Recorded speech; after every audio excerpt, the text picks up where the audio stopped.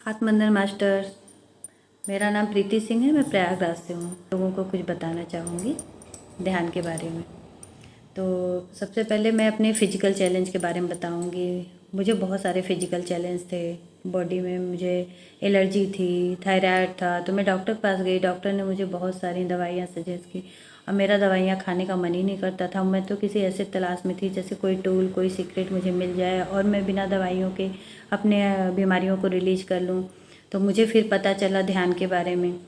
तो ध्यान करने से क्या होता है, ध्यान करने के हमें क्या फ़ायदे हैं। तो मुझे तो पता ही नहीं था कि ये बॉडी को चलाने के लिए हमें एनर्जी की ज़रूरत होती है। जो एनर्जी हमें थोड़ी सी तो नींद में मिल जाती है, जो कि पर्याप्त नहीं होती हमारी बॉडी को चलाने के लिए।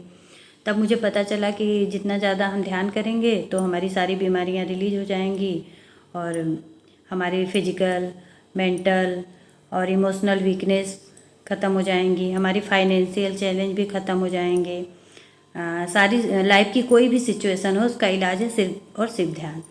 तब मैंने भी शुरू किया।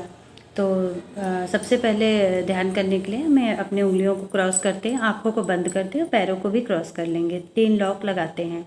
तो जब हम आँखों को बंद करते हैं और सांसों को एब्जॉर्व करते हैं तो हमारा जो मन है वो शांत हो जाता है। विचार तो आते हैं, धीरे धीरे मन शांत हो जाता है। जब मन शांत होता है तो हमारा दिमाग भी शांत हो जाता है। ये फर्स्ट ग्रैंड हैपनिंग है। और जब हमारा मन शांत हो जाता है, दिमाग भी शांत हो जाता है, तो हमारे ब्रह्मरंध्र से एनर्जी हमारी एनर्जी बॉडी में आती है। ये सेकंड ग्रैंड हैपनिंग है। उसके बाद हम जितना ज़्यादा ध्यान करते हैं तो हमारी थर्ड आई ओपन हो जाती है और हमें लाइफ में अपनी हर चीज़ों में क्लियरिटी मिलने लगती है। हमें लाइफ में क्या करना है, क्या बोलना है, क्या नहीं बोलना है। जितनी ज़्यादा प्राण शक्ति हमारे अंदर होती है उतनी ज़्यादा हमारी एनर्जी बढ़ती जाती है और हमें अपनी लाइफ में हर चीज़ों में क्लियरिटी मिलती है। नमस्कार दोस्तों, जैसा कि मैंने पिछली क्लास में आप लोगों को बताया था कि ध्यान हमें क्यों करना चाहिए और ध्यान से हमें क्या क्या फ़ायदे होते हैं, और उसके हमने 3 ग्रैंड हैपनिंग के बारे में बात की थी, साइंस ऑफ मेडिटेशन। पता है आप लोगों को हमारा ये दर्द और ये जो भी बॉडी में प्रॉब्लम है कैसे ठीक हो रही है? क्योंकि जब हम ध्यान करते हैं तो हम कॉस्मिक एनर्जी अपने अंदर रिसीव करते हैं, जिससे धीरे धीरे हम अपने आप को हील करते हैं। तो अब ये एनर्जी कैसे ज़्यादा से ज़्यादा मात्रा में रिसीव की जाए, तो हम आज आपको ध्यान बढ़ाने के 5 तरीके बताएंगे, जिसमें सबसे पहला है हमारा सामूहिक ध्यान। तो सामूहिक ध्यान क्या है मैं आप लोगों को बताती हूँ। जैसे आप लोग मेरे घर पे आए तो हम लोगों ने जब पिछली बार भी किया था सब लोगों ने साथ में मिलके, तो उसको हम बोलते हैं सामूहिक ध्यान। जब हम अकेले अपने घर में भी बैठ के ध्यान करते हैं तो हमें कॉस्मिक एनर्जी रिसीव होती है ब्रह्मांड के द्वारा, लेकिन भरपूर मात्रा में मिलती है। फिर लेकिन जब हम 10 लोग साथ में बैठ के करते हैं तो 10 घंटे की एनर्जी हमको मिलती है। जो हम 10 घंटे लगातार ध्यान में बैठेंगे वो एनर्जी हमें 10 लोगों के साथ 1 घंटे में मिलती है। इसलिए सामूहिक ध्यान का बहुत ही महत्व है। और दूसरा हमारा है पूर्णिमा ध्यान।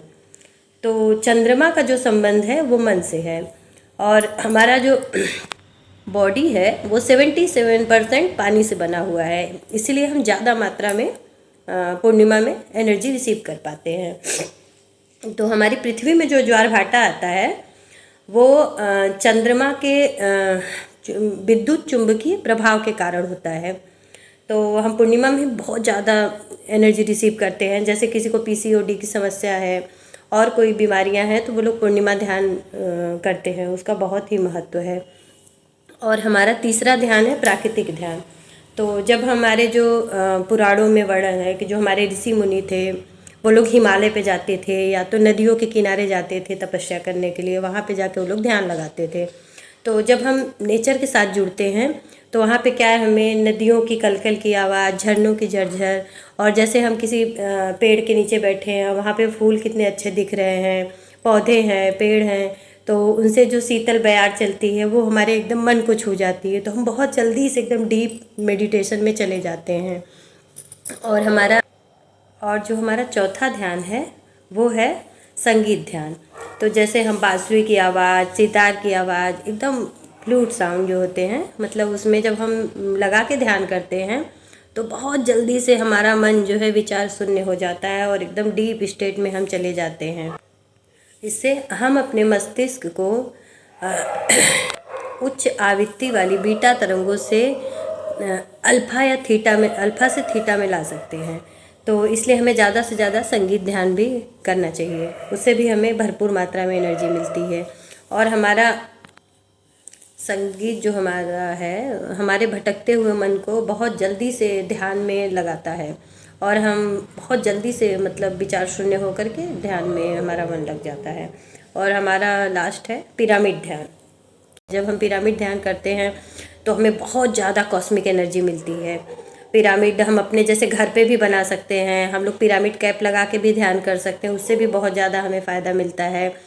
आँखों के लिए भी पिरामिड आता है, हम लोग आई पे लगा के उसको ध्यान करते हैं। और हम सब्जियां भी सब्जियां जो हम रखेंगे उससे हम जब सब्जी बनाते हैं तो बहुत ज़्यादा पौष्टिक और ज़्यादा मात्रा। जैसे मेरे बच्चे हैं, मैं खुद का एक्सपीरियंस बता रही हूँ, तो मेरे बच्चे तो एग्ज़ाम टाइम में लगा के ही पढ़ाई करते हैं और बहुत अच्छे उनके रिज़ल्ट आते हैं। तो पिरामिड ध्यान का बहुत ही महत्व है। इस प्रकार से पिरामिड का महत्व बहुत ज़्यादा है, इसलिए हम पिरामिड का उपयोग करके ज़्यादा से ज़्यादा अपने लाइफ की सारी सिचुएशन को अच्छा कर सकते हैं। तो इस प्रकार से 5 ध्यान हैं हमारे। और हम नेचर में भी जाके ध्यान कर सकते हैं। जैसे अभी आप लोग आइएगा जब कभी तो हम चलेंगे, नेचर में भी ध्यान कर सकते हैं। और मंदिरों का जो शिखर होता है वो भी पिरामिड के मतलब उस पर बना होता है, तो वहाँ पे भी बहुत ज़्यादा मंदिर पे हम जाते हैं तो हमें बहुत अच्छा एनर्जी रिसीव होती है। हमको लगता है ना बैठ के वहाँ बहुत अच्छा महसूस हो रहा है। तो क्यों होता है? क्योंकि वहाँ भी वो जो शिखर बना होता है मंदिर का, उससे हमें अच्छी एनर्जी मिलती है। तो हमें नेचर में भी जाके, जैसे हमारे आसपास पेड़ पौधे हैं, वहाँ पे हम बैठ के ध्यान कर सकते हैं। धन्यवाद। आत्मबंधन मास्टर, आप बताइए। अच्छा, आपको समय नहीं मिलता है? तो आपको पता है जब मैं भी ध्यान में आई थी तो मुझे भी ऐसा लगता था कि जॉइंट फैमिली में मैं हूँ, मैं भी कैसे ध्यान करूँगी, मुझे भी कहाँ से मैं टाइम निकाल पाऊँगी। तो हमारा जैसा थिंकिंग पैटर्न होता है ना, तो हमारे दिमाग में छप जाता है, तो हम वैसे ही काम करने लगते हैं। और जैसे जैसे हम अपने विचार बदलते हैं, हमारा थिंकिंग पैटर्न बदलते हैं, तो वैसे वैसे हमारे सब चीज़ें बदलने लगती। ताकि आप लोगों को लग रहा है कि हाँ आप लोगों के पास टाइम नहीं, वैसा मुझे भी लगता था। कॉन्शियसली एक जागरूक निर्णय लेकर एक अच्छा पैटर्न विचार अपने अंदर लेकर आते हैं, तब हमारे सब कॉन्शियस माइंड में वैसा ही रिस्पॉन्स करने लगता है। देखिए मैं जैसे खुश रहने लगी, इसके पीछे मुझे समझ में नहीं आ रहा था कि मैं कैसे खुश रहने लगी, तो इसके ध्यान के विज्ञान के बारे में मुझे पता चला।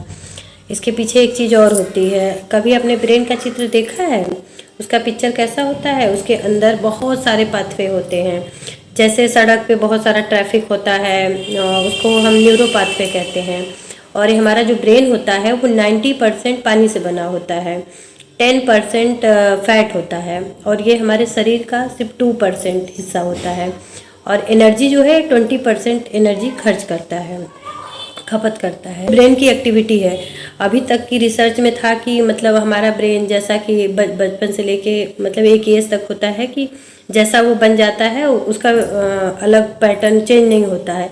लेकिन अभी हालिया हुए रिसर्च में ये बात सामने आई है कि ब्रेन को जब हम पॉजिटिव विचार मन में लाते हैं तो हमारा जो ब्रेन है ना वो एक प्लास्टिक की भांति होता है। जैसे हम प्लास्टिक को मोल्ड कर देते हैं, किसी भी शेप में ढाल सकते हैं, उसी तरह हमारा ब्रेन भी होता है। और इसी को न्यूरो साइंटिस्ट न्यूरोप्लास्टिसिटी कहते हैं। और ये होता कैसे है? ये जो हमारे मतलब न्यूरॉन्स होते हैं छोटे छोटे अणु के रूप में होते हैं, वो आपस में जुड़े होते हैं। जैसे एक से दूसरे न्यूरॉन्स को वो पास करते हैं, कोई भी मैसेज होता है। तो जब हम अपना पॉजिटिव थॉट बनाते हैं तो वो हमारा जो नेगेटिव थॉट है वो चेंज होके पॉजिटिव थॉट में कन्वर्ट हो जाता है। जब हम कोई पॉजिटिव विचार करते हैं तो हमारे न्यूरो पाथवे में ऊर्जा की भांति हमारी थिंकिंग फीलिंग जो भी है न्यूरो पाथवे में घूमने लगती है। वो धीरे धीरे बदलना शुरू हो जाएगा। जहाँ एक बिलीफ सिस्टम था कि मेरे पास टाइम नहीं है, और धीरे धीरे पॉजिटिव थिंकिंग के साथ मैंने ध्यान किया तो मेरे पास समय निकल गया और मैंने अपने लिए समय निकाला। जब बच्चे स्कूल गए, रात में सोने से पहले मैं ध्यान करने लगी, तो धीरे धीरे एक न्यूरो पाथवे डेवलप हो जाएगा। जब हम डेवलप हुआ तो न्यूरो पाथवे को क्या होगा, ब्रेन उसी हिसाब से काम करने लगता है जब न्यूरो पाथवे डेवलप हो जाता है। कितनी अच्छी चीज़ है ना। इसके साथ हम जब ध्यान करते हैं तो हमें बहुत सारी ऊर्जा मिलती है। तो हमारी जैसी फीलिंग होती है ब्रेन वैसा ही काम करने लगता है। हमारी फीलिंग, हमारी थिंकिंग, हमारे बिहेवियर सब उसी हिसाब से चलता है। तो आप लोग भी अपनी थिंकिंग बदलिए। तो आप लोग को समझ में आया ये ध्यान का विज्ञान। धन्यवाद। तो आज हम आप लोगों को बताएंगे ब्रेन के बारे में कुछ महत्वपूर्ण तथ्य कि हमारे ब्रेन के, आपने ब्रेन की पिक्चर देखी है कैसा होता है। तो आइए आज हम आप लोगों को बताते हैं। ब्रेन के हमारे 3 पार्ट्स होते हैं। पहला हमारा है thinking brain, feeling brain and primitive brain. तो हमारे ब्रेन के बारे में हम आपको बताना चाहेंगे कि हमारा जो ब्रेन है 90% वाटर से बना है और 10% उसमें फैट होता है। हमारे बॉडी वेट का वो सिर्फ 2% होता है ब्रेन जो है, और ये 20% एनर्जी की खपत करता है।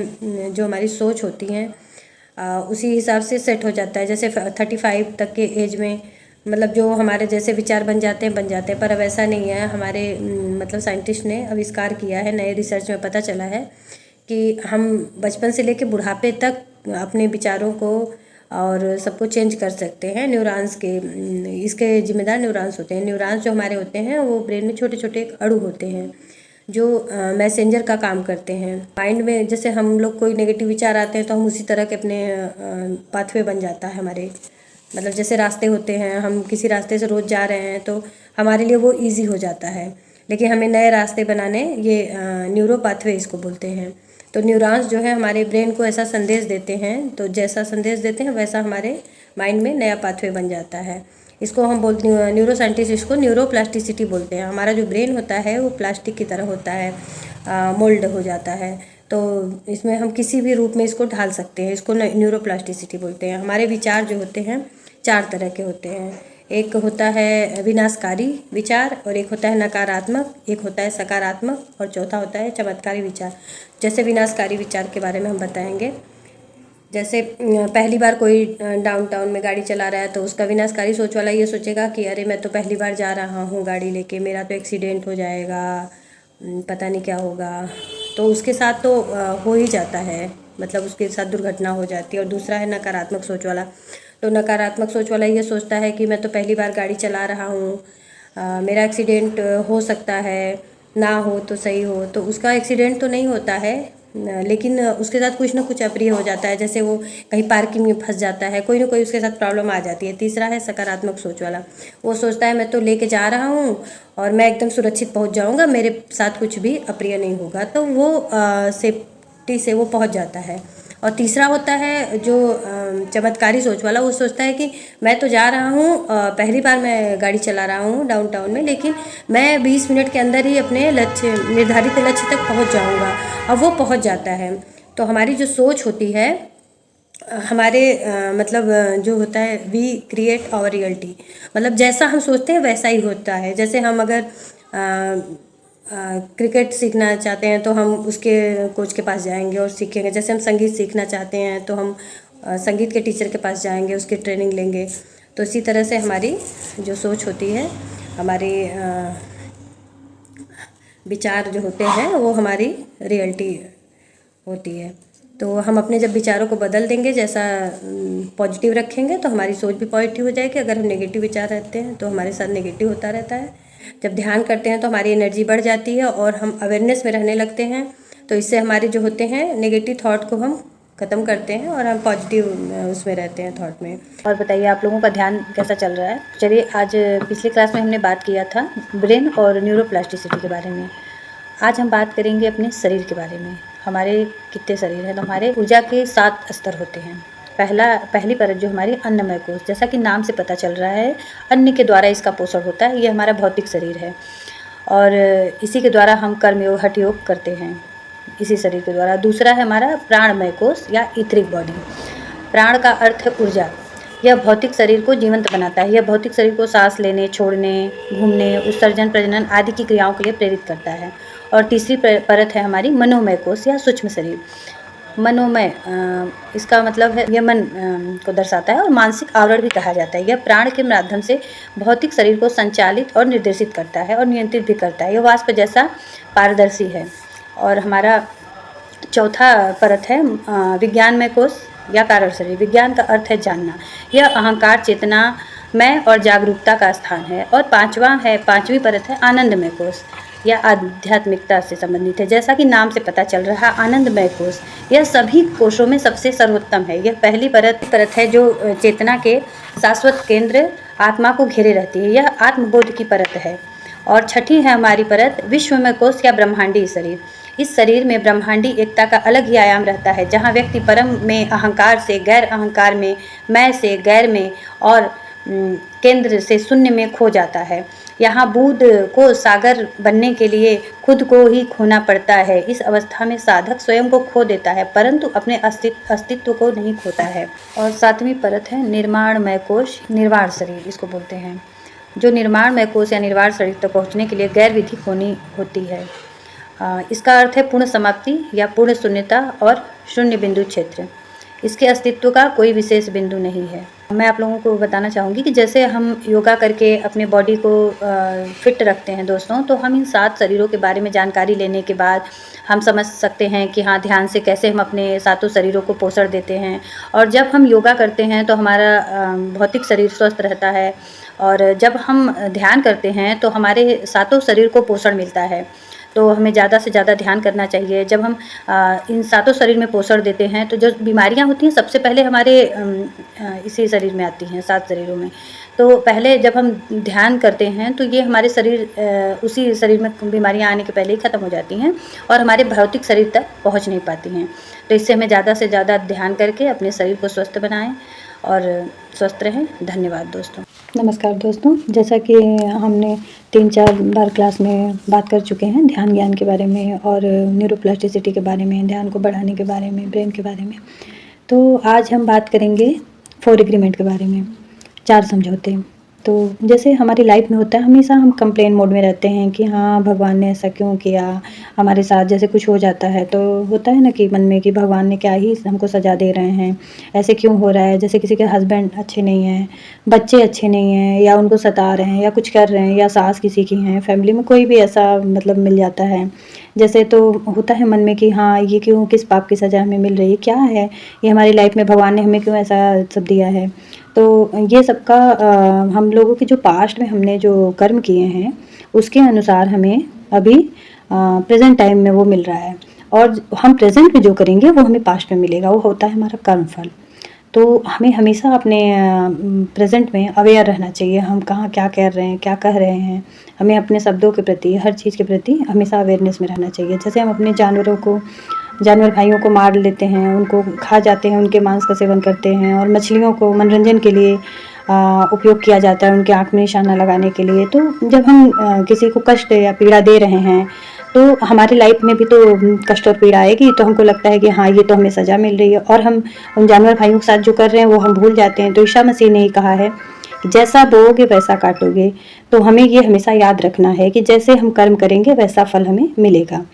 तो आइए हम बात करते हैं 4 समझौतों के बारे में। 4 समझौतों को हम अपने जीवन में अपना करके अपने कर्मों को अच्छा कर सकते हैं। पहला है, हम अपने शब्दों के प्रति निष्कलंक रहें।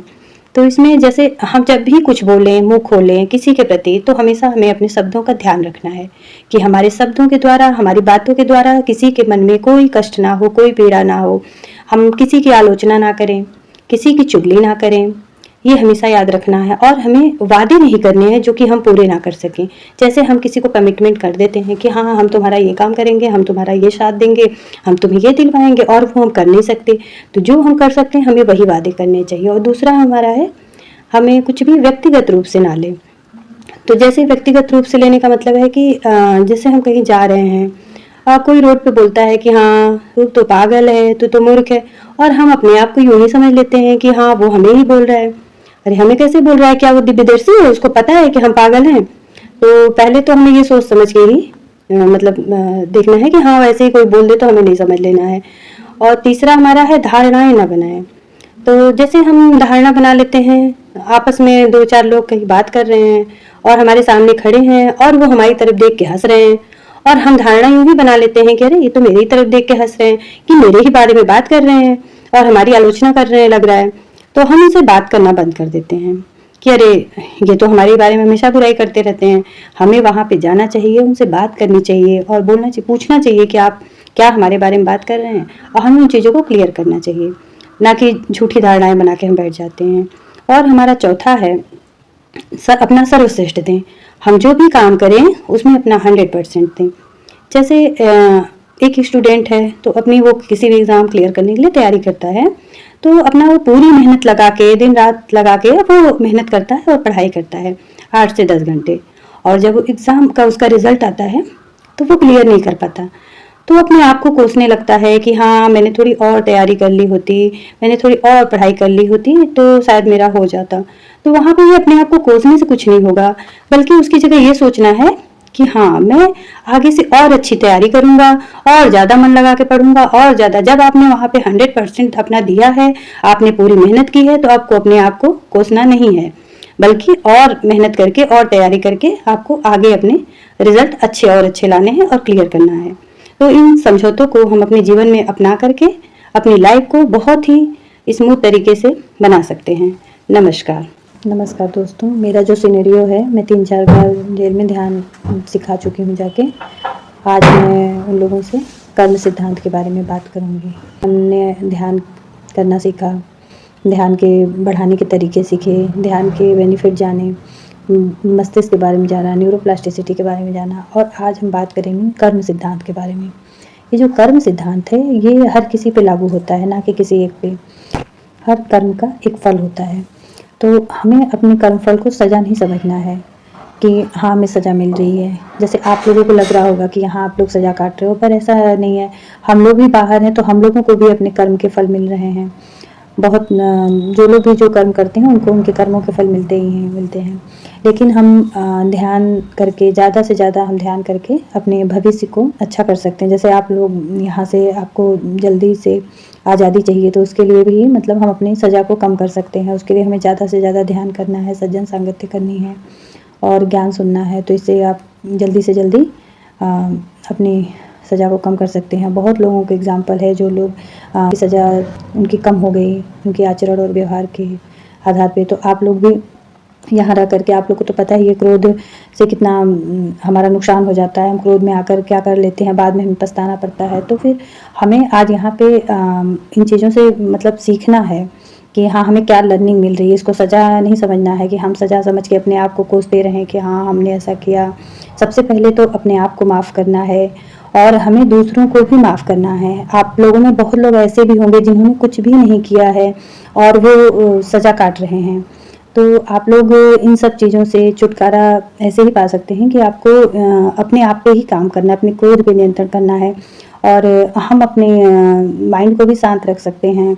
आप लोगों को तो पता ही है, ध्यान जितना ज़्यादा हम बढ़ाएंगे उतना ज़्यादा हमारा ग्रोथ होगा। और हम अपने जो भाई लोग आपके ध्यान नहीं कर रहे हैं उन लोगों को भी ध्यान सिखा सकते हैं। हम यहाँ रह कर भी अच्छे कर्म कर सकते हैं। अपने भविष्य को सुनिश्चित करने के लिए, अपने भविष्य को बेहतर बनाने के लिए हम अच्छे कर्म कर सकते हैं। हमें ध्यान करने से अपना लाइफ और पर्पस पता चलता है कि हमारी लाइफ का उद्देश्य क्या है, और हम अपने स्पिरिचुअल ग्रोथ में आगे बढ़ते हैं। धन्यवाद।